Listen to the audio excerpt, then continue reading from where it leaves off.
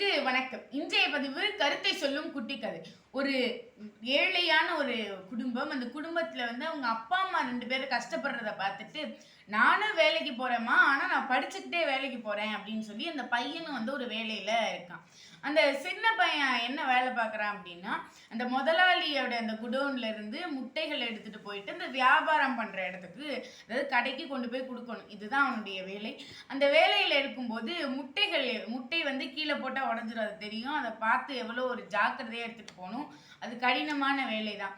இந்த பையன் அதை செஞ்சிட்டு இருக்கும்போது ஒரு தடவை முட்டை எடுத்துட்டு போகும்போது அந்த முட்டைகள் கீழே விழுந்துருது. மொத்த முட்டையுமே உடைஞ்சிருது. அதனால அது பிரயோஜனமற்றதா போயிருது. அந்த முட்டை கீழே விழுந்ததை பார்த்த உடனே அந்த பெரிய முதலாளி, அதாவது முதலாளி கத்த ஆரம்பிக்கிறாரு. என்ன நினைச்சிட்டு இருக்க, எங்க கவனத்தை வச்சுட்டு இருக்க, என்ன முட்டையை கூட அவனால சரியா எடுத்துட்டு வர முடியலன்னு திட்டுறாரு. அந்த பையன் என்னை மன்னிச்சிருங்க அப்படின்னு சொல்லி அழுதுட்டே ஓடி போயிடுறான். அதுக்கப்புறமா மறுபடியும் அதே மாதிரி மறுநாள் வேலைக்கு வேலை பார்க்கும்போது அப்பயும் முட்டையை கீழே போட்டு உடைச்சிடுறான். அந்த முதலாளி வழக்கம் போல திட்டுறாரு. திட்டும்போது இவனுக்கு ரொம்ப கஷ்டமாயிடுது. அப்படியே அழுதுட்டே நிக்கிறான். இந்த வட்டி ஓடல. அப்ப அந்த பெரிய முதலாளி கேக்குறாரு, அந்த முதலாளி, என்ன நினைச்சிட்டு இருக்க நீனு உன் மனசுல? நான் திட்டுனேன், நீ அழுதுட்டே இருக்க, அதெல்லாம் சரி. நீ எங்க உன் கவனத்தை வச்சுட்டு இருக்க? முத நாளும் இதே தப்பை செய்யற, இன்னைக்கும் இதே தப்பை செய்யற, என்ன நடந்துட்டு இருக்கு அப்படின்னு சொல்லி அவர் சொன்ன உடனே இந்த பையன் சொன்னா, நான் முத நாள் நான் அந்த பறவைகளை பார்த்துட்டே வந்தேன்னா, அதனால இந்த முட்டை விழுந்தது.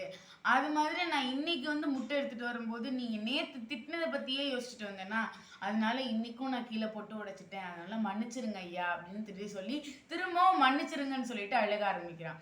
அப்ப அந்த முதலாளி சொன்னாராம், இதுல இருந்து நீ என்ன கத்துக்கணும்னு நினைக்கிறப்பா? என்னைக்குமே ஒரு விஷயத்த செய்யும் போது இன்னொரு விஷயம் அது நடக்குது இது நடக்குதுன்னு யோசிக்காம அந்த விஷயத்த செஞ்சு முடிச்சுட்டு எவ்வளவு வேணாலும் யோசிக்கலாம். ஆனா அந்த விஷயம், அதாவது ஏதாவது ஒன்று நம்ம செஞ்சுட்டு இருக்கும்போது டூரிங் டைம்ல எதுவுமே நம்ம யோசிக்கவும் கூடாது, எந்த செயலையும் செய்யவும் கூடாது. அதனால ஒரு விஷயத்தை எடுத்தோம்னா அதிலே முழு கவனம் எடுத்து செஞ்சோம்னா தான் அதை நம்ம திறம்பட செய்ய முடியும் அப்படின்னு சொன்னாரா அந்த முதலாளி. உடனே அந்த பையனும் சரிங்க ஐயா அப்படின்னு சொல்லிட்டு அவன் வீட்டுக்கு போறான். இது அந்த முதலாளி அந்த பையனுக்கு மட்டும் சொல்ற விஷயம் கிடையாது. இன்னைக்கும் நாங்க மல்டி டாஸ்க் பண்றோம் அப்படின்ற பேர்ல ஒருத்தவங்க பல வேலையை ஒரு நேரத்துல செய்றாங்க. அதனால இனிமே அந்த மாதிரிலாம் செய்யாம ஒரு வேலையை செஞ்சாலும் அதை திறம்பட செய்யணும் அப்படின்னு நீங்க நினைக்கிறீங்கன்னா, கண்டிப்பா ஒரு வேலையை கவனம் சிதறாம அதே வேலையை செஞ்சாதான் அது நம்மளால திறம்பட முடிக்க முடியும் அப்படின்னு இந்த கதையோட கருத்தை சொல்லி உங்களிடமிருந்து விடைபெறுவது நான் உங்கள் தீஷா திரவியராஜ். நான் புதுக்கோட்டை அரசு மாதிரி பள்ளியில் 9ஆம் வகுப்பு பயின்று வருகிறேன். நன்றி, வணக்கம்.